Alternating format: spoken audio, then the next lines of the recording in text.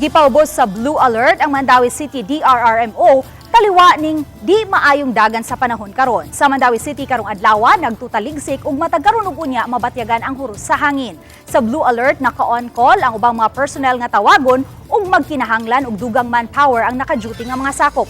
Sa ilang command center hugot sab ang monitoring dili lang sa dagan sa trapiko apan lakip sa ilang gi-monitor ang kasapaan pinaagi sa mga cameras nga naka-instalar sa lain-laing lugar. Gitanaw ang level sa tubig aron mabantayan ang mga nanimuyo palibot niini. Is laki kay even in kung grabe lang yung uwan without any